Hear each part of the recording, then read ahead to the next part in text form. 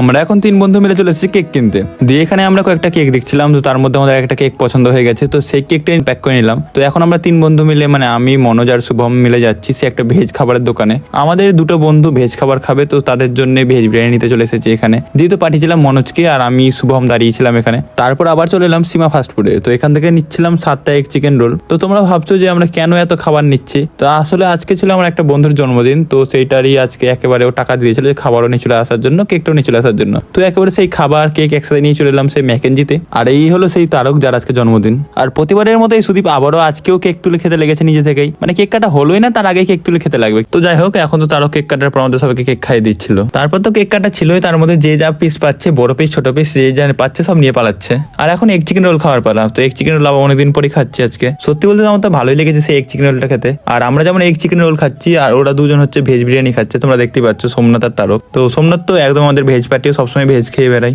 দিয়ে আমাদের খাওয়া দাওয়া কমপ্লিট, মানে আমাদের বার্থডে সেলিব্রেশনও কমপ্লিট। তো আমরা এখন যাচ্ছি বাড়ির দিকে। সুদীপ ফার্স্টে ওর বাড়ি নেমে যাবে, তো সুদীপ স্কুটি চালিয়ে যাচ্ছিল ওর বাড়ির দিকে। তারপর ময়ূক আমাকে আমার বাড়ি নামিয়ে দেবে। আর আজকের ব্লগটা ছিল এইটুকুটাই। দেখা হচ্ছে তোমার সাথে নেক্সট অন্য ব্লগে। চলো বাই।